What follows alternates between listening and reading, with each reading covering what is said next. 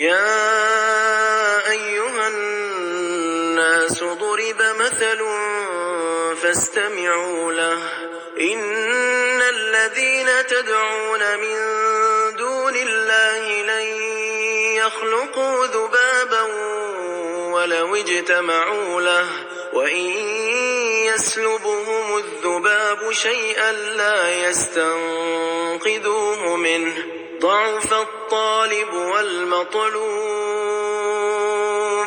ما قدروا الله حق قدره إن الله لقوي عزيز الله يصطفي من الملائكة رسلا ومن الناس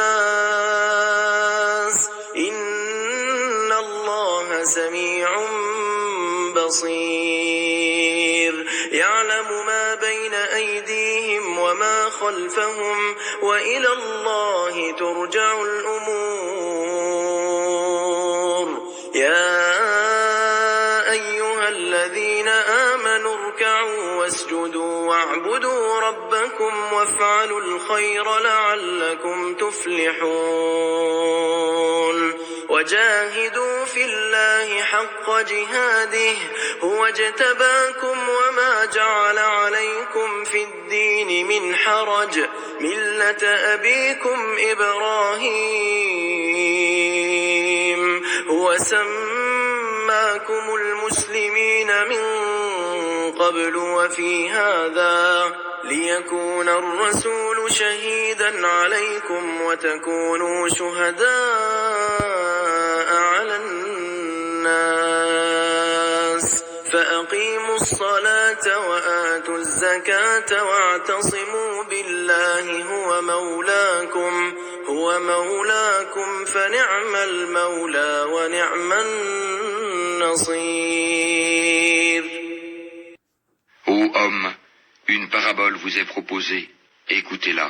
Ceux que vous invoquez en dehors d'Allah ne sauraient même pas créer une mouche, quand même ils s'uniraient pour cela.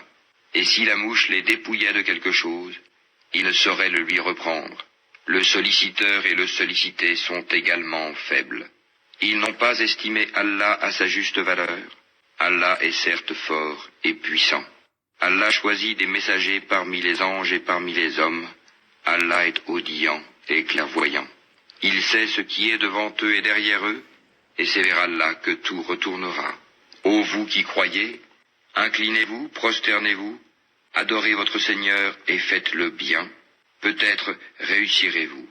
Et luttez pour Allah avec tout l'effort qu'il mérite. C'est lui qui vous a élu, et il ne vous a imposé aucune gêne dans la religion, celle de votre père Abraham, lequel vous a déjà nommé musulman avant ce livre et dans ce livre, afin que le messager soit témoin contre vous, et que vous soyez vous-même témoin contre les gens. Accomplissez donc la salat, acquittez la zakat, et attachez-vous fortement à Allah. C'est lui votre maître. Quel excellent maître, et quel excellent soutien. Assalamu alaikum wa rahmatullahi wa barakatuh. Que la paix soit sur vous ainsi que la miséricorde et la bénédiction. Quand vous observez et méditez sur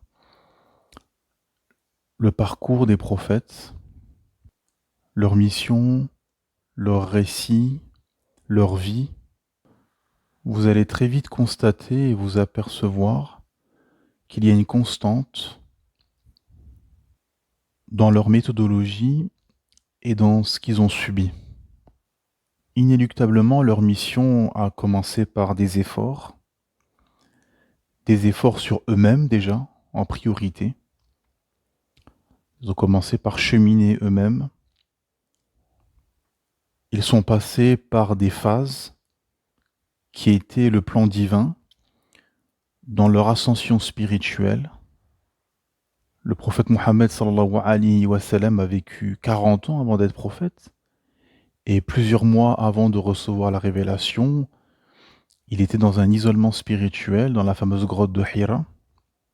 Moussa alayhi salam a été élevé dans le palais de Pharaon. Ensuite, il a été contraint à l'exil. Il a vécu loin de sa terre et des siens pendant des années. Et ensuite, il a eu l'honneur de parler directement à Allah subhanahu wa ta'ala. Donc avant de commencer sa mission, il s'est passé beaucoup de choses. Sina Ibrahim alayhi salam, le prophète Abraham, qui était dans la contemplation, via la contemplation de la création, dans la recherche de son Seigneur. Quand il observa les étoiles en disant c'est ça mon Seigneur, elles ont disparu. Ensuite, il s'est dirigé vers la lune. Elle a disparu également.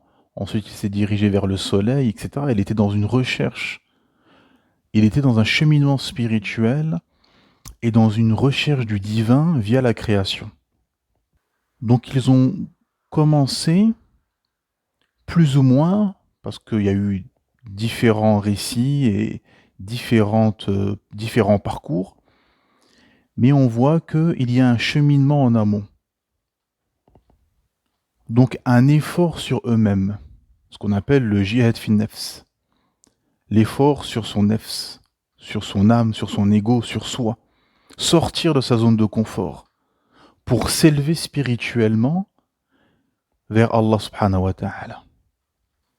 Et ensuite, ça s'est accompagné inéluctablement par des efforts externes, des efforts de da'wah, des efforts avec les gens, avec les proches, la confrontation avec les idéologies et les croyances qui étaient répandues dans leur société.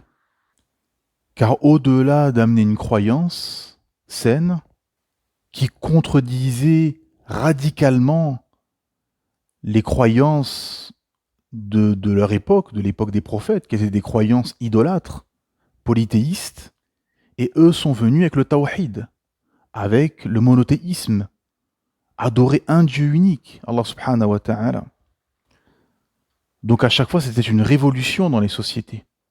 Mais au-delà de venir avec cette croyance, ils sont venus avec la loi. Ils sont venus avec une morale. Ils sont venus avec l'établissement de ce qui est bien et ce qui est pas bien, de ce qui est halal, licite, et de ce qui est haram, illicite. Donc ils sont venus avec tout un système de vie, de pensée, un système économique, comment on voit la société, etc. Donc ceci est un énorme effort, parce que vous venez frontalement dans la guerre des idées.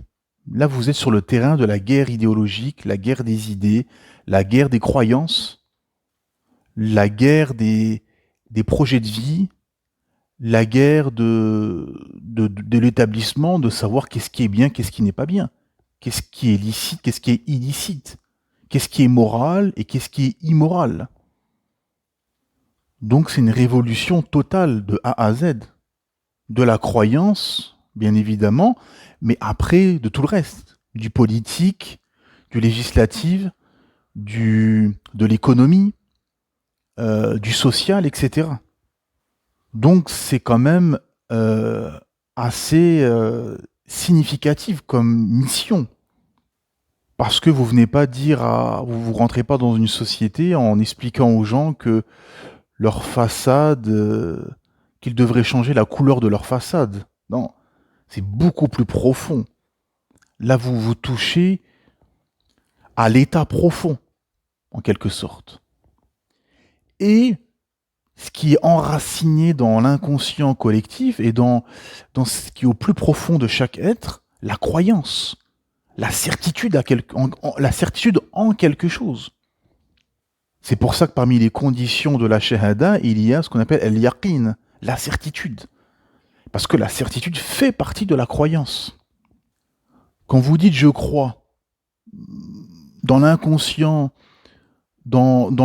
collectif, en France, dans la langue française, quand on dit « je crois », il y a de l'incertitude dedans. Parce qu'on dit « je crois que demain, il y aura de la neige ». Donc vous n'êtes pas sûr. Vous n'êtes pas dans une... La croyance en islam, c'est une certitude absolue. Il n'y a pas de doute dedans. Et ça, bien évidemment, ça se travaille. C'est un cheminement. Quand Sina Ibrahim alayhi salam, il a demandé à Allah Ta'ala comment il faisait vivre et mourir dans Surat al-Baqarah, le récit où il lui dit prends 4 oiseaux, tue-les et appelle-les et ils reviendront à la vie. Sina Moussa alayhi salam, euh, il voulait voir Allah Ta'ala. Et il lui a dit regarde cette montagne et elle s'est pulvérisée. Donc même les prophètes, ils voulaient se rassurer, c'était dans leur cheminement spirituel. D'ailleurs, quand Sina Ibrahim alayhi salam, Abraham demande ça à Allah Ta'ala lui rétorque en lui disant est-ce qu'il doutait. Et Ibrahim dit je veux réconforter ma foi, je veux me réconforter. Je veux que mon cœur soit rassuré. Donc les prophètes ont dû réaliser cet effort colossal d'affronter la société, d'affronter les dignitaires de la société, les notables, les gens au pouvoir, les pharaons, les pharisiens, les marchands du temple, ceux qui ont modifié la religion, qui l'ont falsifiée, les idolâtres, etc. Donc il fallait affronter ces gens et toute une société. Et la patience dans la da'wa, parce que il y a les premiers qui s'accrochent au message et aux messagers tout de suite. D'autres, il leur faut plus de temps. Voilà. Donc il y a cette da'wa, il y a des gens en quelques heures, quelques jours, ils ont été convaincus et ont accepté cette mission. Et d'autres, il leur a fallu plus de temps. Donc ça, c'est un effort. L'effort aussi colossal dans la moquerie, dans le dénigrement, dans le rabaissement, dans le fait qu'on insulte de mensonges. Vous savez, vous vous rendez compte, les prophètes, c'était des gens d'une noblesse exceptionnelle, d'une grande moralité. C'était pas des gens qui avaient une mauvaise réputation. Au contraire, ils avaient la meilleure réputation. Donc on ne pouvait pas avoir de doute. Ça fait partie des sagesses qu'Allah Ta'ala a mis dans ses prophètes. Le prophète Mohammed, sallallahu alayhi wa sallam, pendant 40 ans. Donc ils l'ont connu pendant 40 ans. Et Allah Ta'ala leur dit, dans le Coran, il leur dit, vous l'avez connu pendant toutes ces années. Vous savez c'est qui. Vous savez qui est ce personnage. Vous le connaissez très bien. Vous savez que c'est quelqu'un d'une confiance quasi, une confiance absolue. Vous savez que c'est quelqu'un qui ne ment jamais, qui est honnête, droit, à qui on peut confier les dépôts, etc. Donc ce sont des gens qui n'ont jamais entendu d'invective à leur égard. On les a jamais traités de menteurs ou de fous, parce qu'ils n'étaient ni menteurs ni fous. Et là, quand ils sont venus avec le message, ils ont été invectivés de fous, de menteurs. De menteurs. Alors qu'ils venaient avec la vérité absolue. Il n'y a pas de mensonge, il n'y a pas de... Là, c'est le direct, c'est la révélation en direct. La révélation du Créateur, Allah subhanahu wa ta'ala. Il n'y a pas d'intermédiaire, pardon. C'est le Créateur qui s'adresse à ces créatures directement via un messager. Choisi parmi vous pour vous. Un messager que vous connaissez, qui parle votre langue, qui connaît votre culture, etc. Et ça aussi, ça fait partie des sagesses que Allah subhanahu wa ta'ala dit qu'il n'a jamais envoyé un prophète sans qu'il ne parle la langue des gens qui ont été prêchés. C'est pour ça, comme nous disait notre shir, il nous disait l'imam, le da'i, le prêcheur, doit parler. Premièrement, il doit parler la langue de ceux qu'il prêche. Donc il doit connaître la langue des gens qui vont l'écouter. Et connaître aussi le contexte. Et ça, entre parenthèses, c'est une erreur que beaucoup ont fait. Par exemple en France, on a ramené, bon après, c'était une époque où les gens ont bricolé comme ils pouvaient, mais ils ramenaient des imams du bled qui ne maîtrisaient pas la langue française, ou belge, ou allemande, peu importe le pays européen, qui ne maîtrisaient pas la langue, et qui ne maîtrisaient surtout pas le contexte. Donc ils venaient avec un autre imaginaire, avec un autre contexte, et une langue qui ne connaissaient pas. Donc non, il faut que le prêcheur connaisse la langue et le contexte. Et donc, à l'écoute de ces invectives, les prophètes ont dû faire un gros effort. Tout d'un coup, ces gens qui t'ont aimé, qui t'ont peut-être même encensé via tes nobles qualités, bah, tout d'un coup deviennent tes pires ennemis. Et c'est ce qu'on vit, mes frères et sœurs. On voit beaucoup de musulmans, de musulmanes se plaindre du moment où ils ont commencé leur cheminement et que, alhamdoulilah, ils ont commencé à appliquer l'islam. Et donc forcément, quand on applique l'islam, forcément, ça va être impacté sur l'extérieur et sur l'apparence. Parce qu'il y a des obligations au niveau vestimentaire, il y a des règles, etc. Des conditions dans les vêtements, etc. L'apparence. Et donc, ils disent, beaucoup en tout cas, disent que les premiers qui les combattent, non, ce n'est pas un journaliste sur un plateau de télé anti-islam. Non, c'est pas tel élu local. Non, non, non. C'est son père, c'est sa mère, c'est son frère, son oncle, etc. Ses sœurs. C'est les proches qui combattent en premier. Cette sœur parce qu'elle a mis le hijab, ce frère parce qu'il a laissé pousser la barbe et qui va à la mosquée, etc. Et en plus, l'hypocrisie, c'est que c'était des gens qui, avant, étaient dans la jahiliya, dans l'ignorance, traînaient, vivaient dans le haram, etc. Leur famille leur disait rien, ou à peine. Et maintenant qu'ils pratiquent l'islam, ils les attaquent de façon vigoureuse comme ils n'ont jamais attaqué leurs proches. Et donc, effectivement, on a tous vécu ça. C'est-à-dire les premiers qui nous combattent, ce sont nos proches, qui nous dénigrent, qui se moquent de nous, qui nous rabaissent, etc. Eh ben, les prophètes sont passés par là. Imaginez-vous, les prophètes, qui sont à un niveau stratosphérique par rapport à nous, ben, ils ont connu ça, ils ont vécu ça. Donc c'est difficile, parce que c'est des humains, ce n'étaient pas des anges. C'est des humains avec toutes les caractéristiques qui composent l'être humain.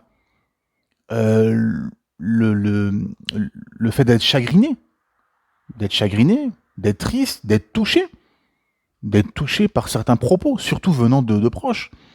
Donc ça, c'est un effort que tous les prophètes ont dû faire. Et également les sacrifices.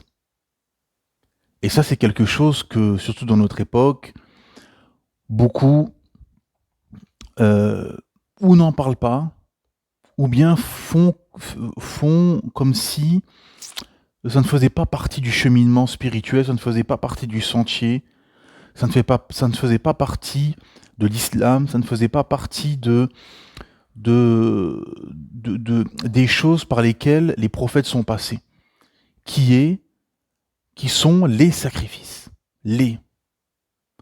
Car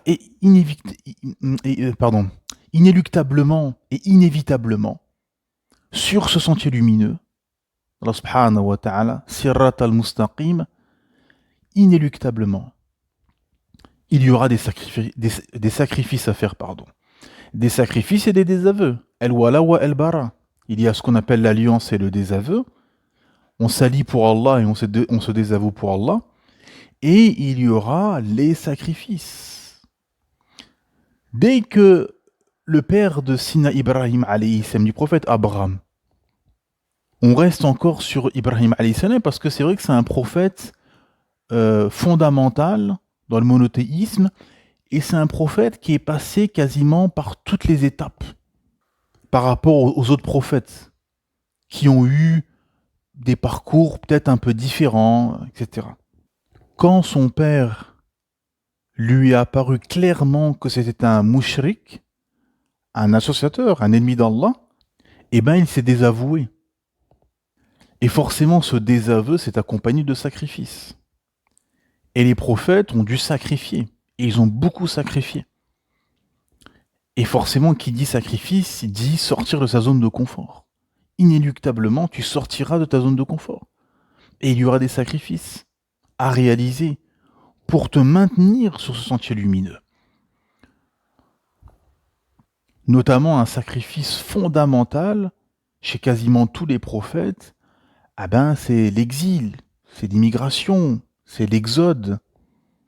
Tous, à un moment donné, ben, ils ont quitté cette société, ce système qui les oppressait, qui était anti-islam, qui les empêchait de pratiquer leur culte, et qui devenait même dangereux à terme pour leur foi. Et bien, pour préserver leur foi, qui est le plus important que manger, boire, et toutes les choses qu'on entend quand on parle de hijra, le matériel, l'argent, etc., la foi qui est le plus important, et bien pour préserver ce diamant, ce bijou inestimable qui est la foi, et ben ils ont dû quitter, partir, pour la préserver.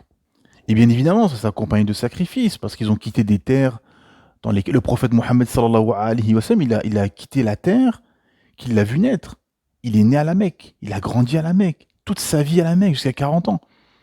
Jusqu'à qu'il immigre, précisément 53 ans, parce qu'il est prophète à 40 ans et il a prêché pendant 13 ans à la Mecque. Donc de sa naissance jusqu'à 53 ans, il a vécu à la Mecque, toute sa vie. Les souvenirs, la nostalgie, la terre, les gens, etc. Et il a dû quitter cette terre pour préserver sa foi et pour avancer, pour que le projet islamique avance. Après, chacun en fonction de ses moyens, de ses possibilités, et Allah il facilite. Mais en attendant de partir, évitez les endroits nocifs. Parce que même dans des terres non islamiques, il y a des endroits qui sont pires que d'autres. Il y a des endroits nocifs, des endroits où c'est l'anarchie sociale, avec des racailles et de la violence. Ou des endroits où il n'y a pas de mosquée, pas de musulmans, pareil, c'est très dangereux. Ce que conseillent les savants, c'est en attendant de faire la hijra, pour les musulmans qui sont dans des terres non islamiques, ben, être au moins dans des endroits où il y a une communauté musulmane, il y a des mosquées, il y a des madrasas, des cours pour les enfants, etc. Et même après, en terre d'islam, chercher les meilleurs endroits. Des endroits préservés, spirituels, etc. Le but est de préserver sa foi et de se protéger, spirituellement parlant. Et les prophètes ont sacrifié également, dans le désaveu de leurs proches, du fait de marquer une distance de sécurité. Le prophète Mohammed sallallahu alayhi wa sallam, il était plus souvent avec ses compagnons, avec les croyants, qu'avec son oncle Abu Talib, même s'il le défendait, etc., mais qui était un incroyant. D'ailleurs, dans Surat Al-Kahf, Allah Ta'ala dit « Reste avec ceux qui invoquent leur Seigneur matin et soir, cherchant sa face, ou désirant sa face. » Donc forcément, quand tu n'étais pas musulman, ou musulman d'héritage, mais tu ne pratiquais pas du tout, bah, tu étais souvent avec tel ou tel proche, bah, toi, t'as avancé spirituellement. Tu t'es rapproché d'Allah subhanahu wa ta'ala, t'as quitté cet état d'insouciance. Et ben tu peux plus rester avec cette personne qui est restée au sous-sol ou au rez-de-chaussée. Hein, le fameux exemple de l'immeuble. Parce que dans le cheminement spirituel, vous montez. Premier étage, 8e étage, 15e étage, 20e étage, 30e étage. Et quand vous regardez derrière vous, quand vous regardez par la fenêtre, bah, vous voyez que vous avez fait du chemin, quoi. Vous êtes en hauteur. Et ce que vous voyez au 30e étage, bah, celui qui est au 10e ne le perçoit quasiment pas. Alors que dire celui qui est au rez-de-chaussée? Et encore pire, celui qui est au sous-sol. Et vous avez des proches qui sont comme ça. L'autre est au 10e étage, l'autre est au premier, l'autre est au sous-sol, dans les ténèbres. Bah forcément, il faut une distance de sécurité. Parce que c'est des gens qui vont vous tirer vers le bas, qui vont vous tirer, qui vont vous faire descendre d'étage en étage, ils vont vous faire descendre au 29e, puis au 27e, puis au 23e, puis au 15e, ainsi de suite. Et finalement, tout le travail, tout l'effort que vous avez fourni pour vous rapprocher d'Allah subhanahu wa ta'ala, eh ben, le fait d'être resté collé comme lors de votre époque de la Jahiliya, vous n'étiez pas musulman, avec telle ou telle personne, a fait que elle vous a tiré vers le bas. Et à l'inverse, c'est pour ça qu'Allah Ta'ala dit « Reste avec ceux qui invoquent leur Seigneur matin et soir désirant sa face. » En restant avec des gens qui cherchent la face d'Allah, sans chercher d'intérêt mondain. Quand vous êtes avec eux, quand vous parlez avec eux, ils vous parlent que d'islam, ils vous parlent que d'Allah subhanahu wa ta'ala, ils vous parlent que de son messager sallallahu alayhi wa sallam, ils vous parlent que de spiritualité. Ah ben ces gens-là vont vous élever, vont vous aider à vous élever. Ces gens-là, ils sont peut-être au 50e étage. Ils ont un temps d'avance sur vous. Ah ben ils vont vous tirer. 31e étage, 33e, 35e, 38e, ainsi de suite. Et vous montez, vous montez, vous montez. Pourquoi ? Parce que ce sont tout simplement les chemins qui se croisent. Voilà. C'est comme ça la vie. Il y a des chemins qui se croisent. Il y a ceux qui choisissent le sentier de Shaitan, le sentier de Satan. Voilà. À des degrés divers, il y a ceux, ils sont dans le sentier parmi les têtes de l'égarement, c'est-à-dire ils sont sur le sentier, c'est vraiment les soldats et les suppôts de Satan, et qui sont les relais de Satan parmi les humains, parce qu'il a des alliés parmi le djinn et les ins, parmi les djinns et les humains, et ce sont des relais de Satan parmi les humains. Ils sont dans la politique, ils sont dans les médias, ils sont sur les réseaux sociaux, ils sont écrivains, philosophes, et ils combattent jour et nuit l'islam, sur les plateaux de télé, à faire des lois, dans la politique, à faire des lois anti-islam, etc. D'autres, ils sont plus dans l'insouciance, voilà, ils n'obéissent pas à Allah, ils sont pas sur le sentier d'Allah, mais ils font leur vie dans l'insouciance, dans les passions, etc. Mais la rafla, l'insouciance, très dangereuse, ça mène à l'enfer. Au 179e signe de la sourate Al-A'raf, classé 7e, Allah Ta'ala dit, traduction dans le sens, nous, Allah, avons destiné beaucoup de djinns et d'hommes pour l'enfer. Ils ont des cœurs, mais ne comprennent pas. Ils ont des yeux, mais ne voient pas. Ils ont des oreilles, mais n'entendent pas. Ceux-là sont comme les bestiaux, même plus égarés encore, tels sont les insouciants. Donc vous avez beaucoup de gens qui sont dans l'insouciance. Ce ne sont pas des gens qui combattent l'islam ouvertement, mais qui sont dans une insouciance, qui sont plongés dans les plaisirs et les passions de ce bas monde. Et malgré les signes d'Allah, eh ben, ils restent dans cet état d'insouciance. Et il y a ceux, alhamdulillah, qui ont opté et qui ont choisi le sentier d'Allah, subhanahu wa ta'ala. Donc effectivement, les chemins se croisent. Et sur le sentier de l'égarement, de l'insouciance, de Shaitan, il va y avoir des proches, à vous, qui vont suivre ce sentier, qui malgré que vous essayez de les raisonner, etc., ben non, ils veulent rester dans cet état. Et sur le sentier d'Allah, ben vous allez découvrir des personnes que vous ne connaissez pas dans votre vie d'avant, quand vous n'étiez pas musulman. Et qui eux-mêmes sont des rourabas comme vous, sont des étrangers qui ont cheminé de leur côté, et qui se retrouvent sur ce sentier, et pareil, ils voient leurs proches de l'autre côté. Et tout d'un coup, ben, vous vous regardez face à face, ah ben, il y en a un qui est comme moi, ou une qui est comme moi, et voilà, donc il faut s'accrocher à Allah subhanahu wa ta'ala, s'accrocher à son sentier, et rester, et être accompagné de gens qui sont comme vous, des rourabas, des étrangers, des croyants sincères, qui veulent que la face d'Allah ta'ala, et qui se sont désavoués de ce bas monde, et de ces tentations, et qui sont dans un cheminement profond spirituel, et qui ont des aspirations spirituelles, qui ont des objectifs islamiques, etc. Et forcément, autour, ben, il y a des gens malades. Et surtout dans cette époque, les gens malades du cœur, les gens des passions sont largement plus nombreux que les croyants sincères. Parce que c'est le prophète Mohammed sallallahu alayhi wa sallam qui nous l'a informé. Quand il nous a dit les fameux hadiths des Ghuraba, vous serez minoritaires, vous serez peu. Et ceux qui vous écouteront seront beaucoup plus nombreux que ceux qui ne vous écouteront pas. Il y aura des sacrifices à faire à tous les niveaux. On aimait telle ou telle chose, ben, il faudra sacrifier. La sœur, elle n'était pas musulmane, elle aimait bien être coquette, se faire belle, etc. Ben, il faudra abandonner ceci pour Allah subhanahu wa ta'ala. Et être belle, mais pour Allah. C'est-à-dire selon ce qu'Allah ta'ala a légiféré. Au niveau de la tenue et de l'apparence. Telle personne aimait tel vice, etc., ben, il faudra arrêter ses vices, il faudra arrêter ces choses, etc. C'est-à-dire que le sentier d'Allah subhanahu wa ta'ala, c'est comme un bateau, c'est comme votre cheminement. Quand vous commencez, vous êtes un bateau qui est chargé. Voilà. Vous êtes un bateau qui est chargé. et qui vacille. C'est un bateau qui est beaucoup trop chargé, qui est en surcharge. Et à l'époque, c'était connu à l'époque, encore aujourd'hui, mais surtout à l'époque, quand un bateau vacillait en mer, en haute mer, et qu'il allait chavirer, eh ben on optait pour jeter ce qui était du surplus. Donc il jetait ce qui était surplus, donc il commençait par le moins essentiel, pour pas que le bateau chavire. Et parfois, il fallait jeter des personnes, il fallait jeter des êtres humains. Ce qui arrive à Sina Younous, alayhi salam.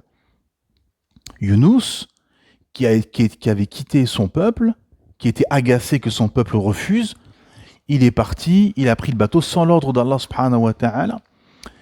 Il a pris le bateau et à un moment donné, le bateau chavirait, il fallait évacuer, il fallait jeter des êtres humains pour éviter que le bateau chavire et que tout le monde meure. Et donc ils ont fait un tirage au sort et c'est tombé sur Sina Younous, alayhi salam, Jonas, le prophète Jonas. Et ils savaient que c'était un prophète, donc ils n'ont pas voulu.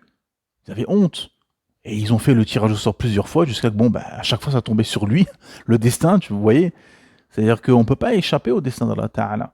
C'est Allah Ta'ala qui décide. Parfois vous dites, mais comment ça se fait? Mais c'est incroyable, il s'est passé ça. Oui, c'est Allah qui l'a décidé. Et tu ne peux pas échapper au décret divin. Personne ne pourra échapper au décret divin. On peut faire ce qu'on veut, on ne pourra pas échapper. Et ce noble prophète, parmi les grands prophètes, il a été jeté à la mer. Et après, vous connaissez la suite, avalé par la baleine, et il s'est retrouvé dans cet état, dans la baleine, de patience, dont on va y venir. Et donc, vous-même, vous êtes comme un bateau en mer, vous commencez votre cheminement, et vous savez que si vous n'arrêtez pas ça ou ça ou ça, vous allez revenir en arrière. Vous allez revenir dans votre égarement, ou bien dans telle ou telle chose que vous faisiez. Donc il faut évacuer pour que votre bateau de cheminement spirituel avance paisiblement en mer. Et donc il faudra abandonner ceci, il faudra arrêter telle fréquentation, il faudra mettre des distances de sécurité avec tel ou tel proche, il faudra arrêter de fréquenter tel endroit, telle personne, etc., etc., pour que votre cheminement, comme il y a quelques interventions en arrière, on avait parlé de ça, que beaucoup de gens, la plupart des gens qui vous disent oui, j'ai arrêté la prière, ma foi baisse, etc., il y a beaucoup d'éléments, beaucoup de raisons, mais parmi celles-ci, c'est que la personne, elle a continué sa vie habituelle. C'est-à-dire qu'elle traînait au café avec telle personne, elle allait sortir là, elle faisait ci ou ça. Bon. Et quand la personne, elle a commencé à prier, elle a continué ce rythme de vie, athée, entre guillemets, avec des gens qui ne sont pas dans son cheminement spirituel, qui sont restés en arrière et qui sont restés à se complaire dans leur médiocrité, dans leur kufr. Et donc, la personne continue à fréquenter ces personnes qui sont nocifs pour elle. C'est peut-être pas nocif de façon grossière ou apparent, parce que c'est des gens, ils sont un peu comme lui, ils ont le même âge, ils ont les mêmes références, donc mais ils ne prient pas. Ils n'ont pas abandonné leur situation. Ils continuent. Alors que toi, non, t'as commencé à prier. T'as commencé à fréquenter la mosquée, aller à la khutba, au Jum'a, à faire le ramadan, etc. Donc, si tu continues à rester avec eux, inéluctablement, il se passe ce qui se passe avec ce qu'on entend beaucoup. Ma foi baisse, j'ai arrêté la prière. Oui, parce que tu es resté avec des gens qui sont, c'est peut-être pas apparent, mais qui sont sur le sentier de Satan. Parce que ça peut être brutal pour certaines personnes. Mais telle personne, elle n'est pas sur le sentier de Satan, il se dit musulman, il croit en Allah, etc. Oui, mais il ne fait pas la prière. Et qu'est-ce qu'il veut, Shaitan, Satan? Il veut que tu ne fais pas la prière. C'est-à-dire qu'en fait, Shaitan, il veut que la personne fasse l'inverse. Rasulullah sallallahu alayhi wa sallam, l'inverse de ce qu'Allah Ta'ala a révélé. Le prophète Mohammed sallallahu alayhi wa sallam a ordonné de laisser pousser la barbe et de tailler les moustaches. Lui, il veut que tu fasses le contraire, il veut que tu rases ta barbe et que tu laisses pousser les moustaches. Ce qui était une mode des colons d'ailleurs, que malheureusement beaucoup de musulmans colonisés intellectuellement ont repris. Ou ont recopié plutôt. Allah Ta'ala ordonne à la femme de se voiler. Lui, il veut que, au contraire, la femme se dénude. Allah Ta'ala dit restez dans vos demeures. Lui, au contraire, il veut que les femmes restent le plus possible à l'extérieur. La femme doit être discrète en islam. Lui, au contraire, il veut que la femme soit extravagante, exubérante, etc. C'est pareil pour tout, la prière, le ramadan, le hajj, etc. Donc ces gens-là, ils continuent finalement à suivre ce que Shaitan veut qu'ils fassent, c'est-à-dire à continuer à traîner au café, fumer, draguer des filles, que sais-je, et pas prier, pas fréquenter la mosquée, pas s'éloigner de tout ce qui est haram, ou tout ce qui mène au haram. Donc ça, c'est un sacrifice à faire. Se désavouer des personnes. Voilà, moi maintenant, alhamdulillah, je suis musulman, je pratique l'islam, je vais à la mosquée. Si vous voulez qu'on se voit, parce qu'il faut leur faire da'wah aussi, ces gens-là. Il ne faut pas non plus les abandonner, il faut leur faire da'wah, il faut leur expliquer, etc. Mais avec une distance de sécurité. Parce qu'eux, ils n'ont pas accepté. Donc comme ils sont pas, c'est-à-dire ils sont pas encore immunisés. Ils n'ont pas encore avalé l'antidote, qui est l'islam. Ils sont porteurs du virus. Hein, si vous voyez les paraboles. Ils sont encore porteurs du virus, ça veut dire que les fréquenter, c'est potentiellement être contaminé ou retomber dans cette contamination dans laquelle vous étiez. Donc ces gens-là, il faut au contraire les inviter à l'islam. Moi je suis à la mosquée, venez à la mosquée, alhamdulillah, entre le Maghreb et l'Aïcha, j'y suis, je lis le Coran, je lis des livres islamiques, alhamdulillah. Bah venez à la mosquée, etc. On va parler d'islam, voilà, je vais vous expliquer mon cheminement, etc. Mais de shaitan, parce que si vous allez sur leur terrain, c'est là le risque de retourner en arrière. Amenez-les sur votre terrain, amenez-les dans votre zone de confort islamique. Donc des sacrifices avec les passions qu'on avait, les plaisirs, les tentations, tout ce qui était haram. Bien évidemment, les plaisirs haram, parce qu'il y a des plaisirs qui sont licites. Garder son honneur aussi, être noble dans son comportement, dans sa moralité, avoir une envergure morale, intellectuelle, spirituelle, garder la tête haute, avoir la izza, la bonne fierté, cette fierté islamique, pas faire l'erreur qu'on fait beaucoup à l'époque d'être complexé, etc. Au contraire, d'être honoré, d'être un élu d'Allah subhanahu wa ta'ala. D'être soumis à Allah subhanahu wa ta'ala, de faire ce pourquoi tu as été créé. Parce que la masse des gens, même s'ils sont majoritaires ou en écrasante majorité dans les sociétés non islamiques par exemple, eh ben ils sont tous dans l'erreur. Au niveau dogmatique, au niveau spirituel, au niveau moral. Donc c'est toi qui es sur la vérité. Bien évidemment, c'est toujours pareil, ceux qui sont en minorité sont moqués, marginalisés, parce que les gens, dans l'esprit étriqué de la plupart des gens, ils jugent la vérité par rapport au nombre de gens. Non, ce n'est pas comme ça. Les prophètes, toujours, Allah Ta'ala dit, c'était un peu de croyants qui les ont suivis. Lot, alayhi salam, a quitté Sodome et Gomorrhe, avec un petit groupe de croyants. Nuh, alayhi salam, est rentré dans le bateau, dans l'arche, avec un petit groupe de croyants, avec un peu de croyants. Le prophète Mohammed sallallahu alayhi wa sallam, il y avait quelques croyants au début, les premières années, qui se réunissaient et avec qui faisaient da'wah. Isa alayhi salam, les apôtres, pareil, un petit groupe, c'est toujours des petits groupes qui commencent ou qui finissent. Dans le cas de Sina Lot alayhi salam ou bien Nuh alayhi salam, Noé. Ne jamais se rabaisser. Ne jamais se rabaisser, surtout pour des biens de ce bas monde. Combien se sont humiliés ces dernières années. On a vu l'actualité en France.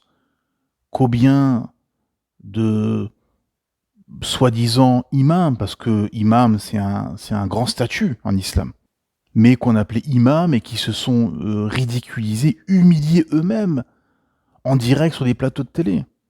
Et ils ont ainsi perdu leur honneur. Wal'iyadu billah, qu'Allah nous en préserve. Le croyant doit toujours avoir l'honneur. Car c'est un porteur de lumière et il est représentant de Dieu sur terre, il est le représentant d'Allah subhanahu wa ta'ala, plus ou moins à son niveau. C'est ça qui a fait la réputation des musulmans pendant des siècles, quand on avait un empire. C'est que les musulmans, justement, dégageaient toutes ces qualités. L'honneur, la justice, l'esprit chevaleresque, la noblesse. C'était des gens qui étaient nobles, dans le sens moral du terme. Car le croyant ne se déshonore pas, au contraire. Il doit éviter cela. Il doit éviter justement d'être déshonoré s'il sait que dans tel endroit, dans tel repas, dans tel travail, etc., il risque d'être déshonoré. Non, il ne s'y aventure pas. Quitte au sacrifice. Il sait que s'il fait ça, il va gagner en matériel mais perdre en spiritualité, il sera déshonoré. Eh ben non, il sacrifie ce matériel, il sacrifie l'argent pour garder cet honneur, car il représente l'islam. C'est ça qu'il faut comprendre. Mais celui qui se déshonore n'aura déshonoré que sa propre personne, car l'islam sera toujours honoré, et il y aura toujours des gens qui honoreront la religion de notre Créateur, Allah subhanahu wa ta'ala. Et évidemment, la patience. Cette constante qu'avaient tous les prophètes, comme on a dit au début. Après les efforts, les sacrifices, l'honneur, ils ont dû être très patients face à l'adversité, face aux coups moraux et physiques. Car ils ont reçu beaucoup de coups psychologiques et même physiques, le cas échéant, les combats, etc. Et donc, bien évidemment, il faut user de patience, car ça fait partie du cheminement spirituel et ça fait partie du sentier d'Allah subhanahu wa ta'ala. La fameuse sourate, la sourate du temps. وَتَوَاصَوْا بِالْحَقِّ وَتَوَاصَوْا بِالصَّبْرِ. Ceux qui s'enjoignent la vérité et l'endurance.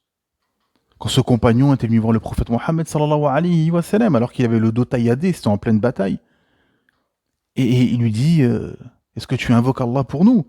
Et le prophète Mohammed sallallahu alayhi wa sallam lui a dit vous n'êtes pas patient.